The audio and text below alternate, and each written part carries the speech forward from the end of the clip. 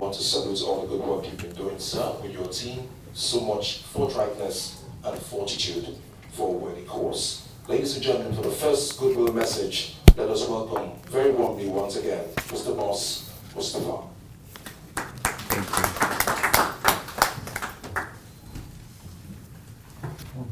The governor of the central bank, the only governor that has money.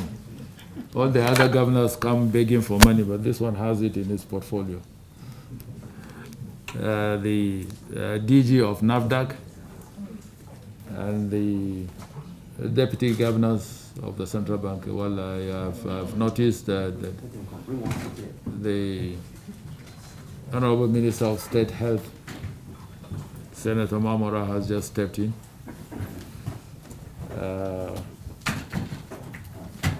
Very senior management staff of the central bank. Our awardees today, distinguished ladies and gentlemen of the press. It gives me very great pleasure to be here today to witness the flag off of the healthcare sector research and development intervention scheme grant award introduced by the Central Bank of Nigeria as part of its policy response to COVID-19 pandemic. If I have not forgotten, I think I was the one that inaugurated the team of experts in July last year in this very hall. So for me, it's just a continuation of that national robust response to COVID-19. I'm particularly delighted because this initiative is to help strengthen the public healthcare system with innovative financing of research and development in new and improved drugs, vaccines, and diagnostics of infectious diseases in Nigeria. I think COVID-19 has come with its adverse and negative effects, but it has also provided opportunities for us in this country. And we must seize the moment and translate these adversities into platforms for transforming our healthcare delivery system. When I read up a little bit about the vaccines that we have just received from the Serum Institute in India, it's a research facility that has the biggest production platform in the entire world. The entire world. And that's why the inventors of these vaccines can license its production from a facility that is driven by research and innovation. I believe we will learn a lesson from this. And this modest attempt that is started by the Central Bank of Nigeria would translate into establishing very formidable institutions so that if we are confronted with another pandemic, that will definitely come. Not in our time, but generations that would follow will be able to look back and say, yes, a modest attempt has translated into a formidable platform of innovation and research. Let me use this opportunity to appreciate the governor and his colleagues, the deputy governors, and the management of the Central Bank of Nigeria for introducing this laudable initiative. This gesture of making funds available for research and development in the healthcare sector would not have come at a better time than now.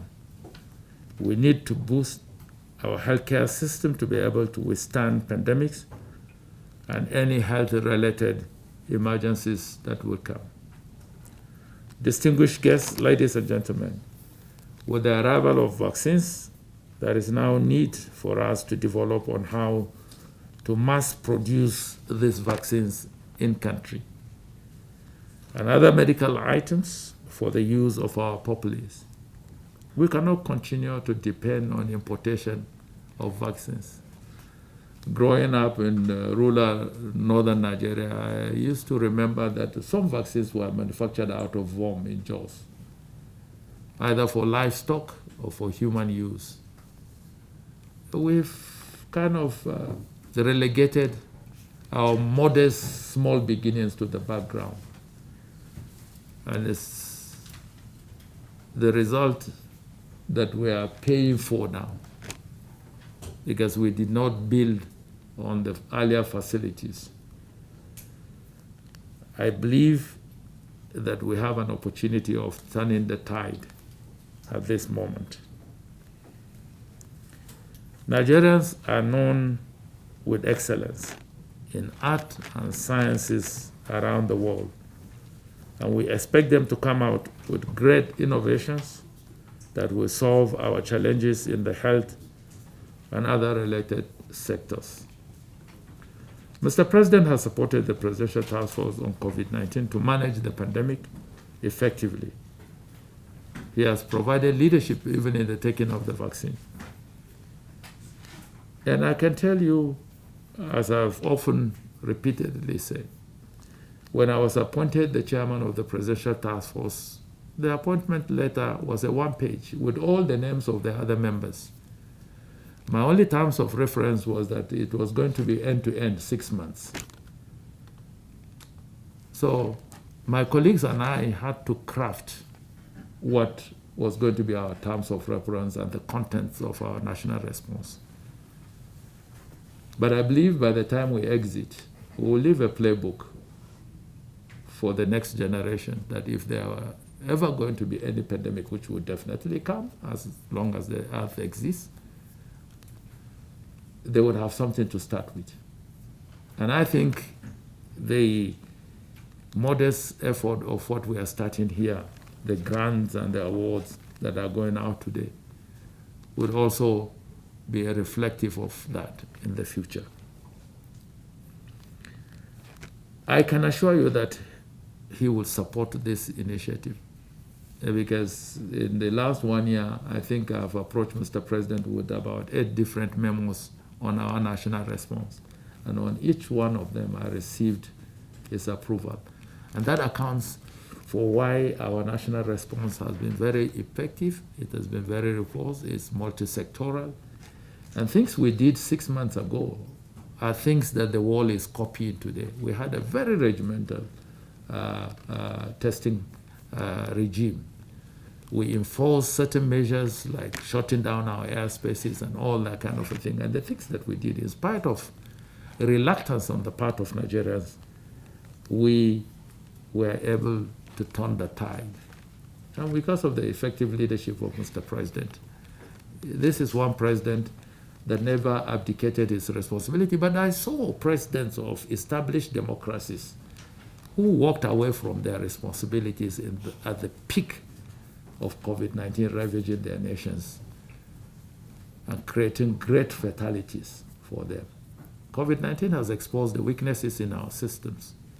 It has exposed our governance structure. It has exposed our economy. It has also exposed the weaknesses in our inclusive nature of dealing with the poor amidst us. But I believe that the combined effect of all these adversities would help us recalibrate our health sector along our governance system and also our social inclusiveness in terms of development. The national response to COVID-19 is leaving no stone unturned to flatten the curve. With the arrival now and the administration of the vaccine starting from our frontline health workers, I wish to state that it is safe and very efficacious, and that when it is your time to receive the jabs, when you are eligible, I wish to commend this to all Nigerians to ensure that you take your jab. I got mine yesterday, and I went to sleep quietly, and there have been no reactions. DG NAFDAC, I think you did a good job by your satisfactory laboratory result. We must take the vaccines. because nobody is safe until everyone is safe. A vaccine nationalism will not pay. Even nations of the world that will want to trade that a very unhealthy and dangerous path. Because as long as we are not safe, they can't be safe. Nigerians are highly mobile, we travel the world. If they do not take care of us, the dangers of importation remain very potent in their nations. Yep. The vaccines are being rolled out around the country now, and vaccine accountability and monitoring officers have been deployed to monitor the administration of the vaccine. This is to ensure strict use and accountability. Because substantially, part of the vaccines we are receiving are coming from a COVAX facility, which is a facility of about 92 countries being coordinated by the World Health Organization and UNICEF, Gavi, and CP. Some people have paid for these vaccines. And from this facility, we are receiving about 84 million. That will help us vaccinate about 20% of our population. So we need to be accountable. We need to be transparent in the use and administration of these vaccines. I wish to admonish Nigerians to remember that while vaccines offer great hope, it cannot on its own protect you completely. That's an often asked question. Then why is the need taking vaccines? Well, the need is far greater than the questions and the skepticism. We must continue to observe the non-pharmaceutical measures earlier introduced. There is no doubt that their effectiveness will help to minimize the impact of the virus in Nigeria, and our attitude must be the non-pharmaceutical measures. What are the non-pharmaceutical measures? The wearing of face masks, the keeping of social distancing, the maintenance of personal hygiene in terms of washing of hands under running water with soap, or use of hand sanitizers. And as much as possible, stay away from large congregations. And if it is not really expedient and necessary, don't travel. So this year, 2021, will be a year of NPIs, non-pharmaceutical interventions, plus vaccines. And I tell you, that would go into 2022. By the time we hope to vaccinate 70% of our population and be able to get to the level of herd immunity. Once again, I congratulate the governor and your wonderful team for the great job that you have done to save our healthcare system and provide us with an opportunity of our researchers ventilating their wealth of knowledge and experience and creating a platform for us to further the cause of research and innovation in the health sector. You are doing a great job.